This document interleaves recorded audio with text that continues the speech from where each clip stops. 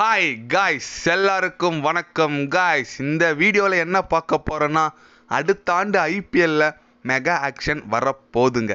அதனால் எந்த மாதிரி ஒரு ஃபாரின் பிளேயர்லாம் எடுத்தால் நம்ம சென்னை அணி நல்லாயிருக்கும், நம்ம ஏற்கனவே இருக்கிற எந்த மாதிரி ஃபாரின் பிளேயர் ரீட்டைன் பண்ணால் நல்லாயிருக்குன்னு சொல்லிட்டு வீடியோ டீட்டெயில்டாக பார்க்கலாம்.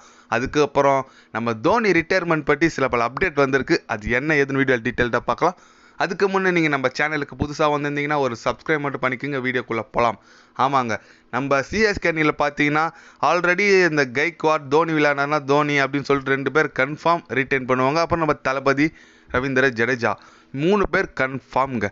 அடுத்த 2 இடத்துக்கு தாங்க யார் ஃபாரினர் இருக்குதுன்னு சொல்லிட்டு ஒரே குழப்பத்தில் இருக்காங்க.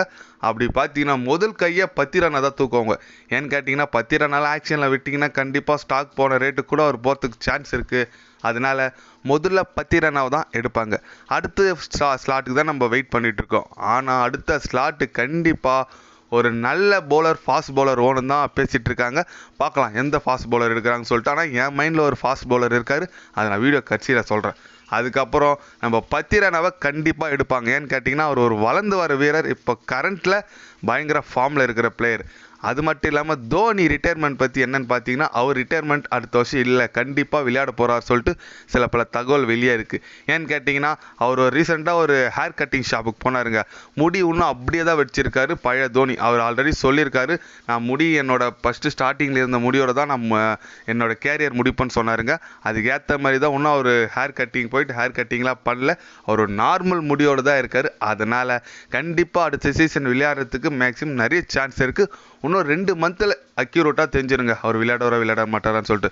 அடுத்தபடி பார்த்தீங்கன்னா நம்ம பென் ஸ்டோக் எடுக்கிறதுக்கு கூட மேக்ஸிமம் சான்சஸ் இருக்குங்க. ஏன்னா ஒரு 2022 நம்மளுக்கு தான் விளையாடினார். ஆனால் இன்ஜுரியால் சரி அவரால் பெர்ஃபார்மன்ஸ் பண்ண முடியல.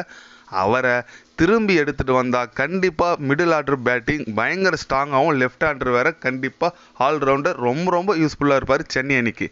அடுத்தது இந்த லாஸ்ட் ஒரு ஃபாஸ்ட் பவுலர் குறி வச்சுருக்காங்கன்னு சொன்னல, யாருன்னு கேட்டிங்கன்னா நம்ம ஜோஃப்ரா ஆர்ச்சர் தாங்க. ஜோஃப்ரா ஆர்ச்சர் ஒரு கொஞ்ச நாளாகவே இன்ஜுரியில் இருந்தாருங்க. ஒரு 1.5 வருஷமும் கிரிக்கெட்டே விளையாடல. ஆனால் இப்போ ரீசெண்டாக இங்கிலாந்து அணிக்கும் பாகிஸ்தான் அணிக்கும் சீரீஸ் வந்துட்டுருக்கு. அதில் பயங்கரமாக கம்பேக் கொடுத்துருக்காரு நம்ம ஜோஃப்ரா ஆர்ச்சர்.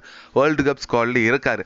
அதனால் ஜோஃப்ரா ஆர்ச்சருக்காண்டி நம்ம சென்னை அணி எடுத்தால் பயங்கரமாக இருக்குங்க. அதுவும் சென்னை பிச்சுக்கும் தோனியோட கைட்னஸுக்கும் அதுக்கப்புறம் 10 ரன்னா ஜோஃப்ரா ஆர்ச்சர் 2 பேர் காம்பினேஷனும் டெத்தில் பயங்கரமாக இருக்குங்க. அதனால் முக்கியமாக ஜோஃப்ரா ஆர்ச்சரை எடுக்கிறதுக்கு சென்னை அணி நிறைய முயற்சிப்பாங்க நான் நினைக்கிறேன். ஏன்னு கேட்டிங்கன்னா அவர் போடுற அந்த பவுன்சர்லாம் ஒன்று அப்படியே பயத்தை கலப்புங்க. பவர் பிளேயில் பார்த்துருப்பீங்க, ராஜஸ்தான் அணி 2021 ராஜஸ்தான் அணிக்கோசம் விளையாடும்போது செமையாக பெர்ஃபார்மன்ஸ் பண்ணார்.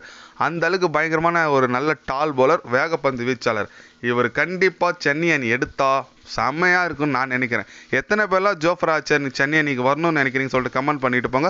உங்களுக்கு பிடிச்ச பிளேயர் தாண்டி எந்த பிளேயர் எடுக்கணும்னு சொல்லி நினைக்கிறீங்கன்னு சொல்லிட்டு அது கமெண்ட் பண்ணிட்டு போங்க. இது போன்ற ஸ்போர்ட்ஸ் நியூஸை தெரிஞ்சுக்கணும்னா சேனலை சப்ஸ்கிரைப், லைக் பண்ணிக்கோங்க. நன்றி, வணக்கம்.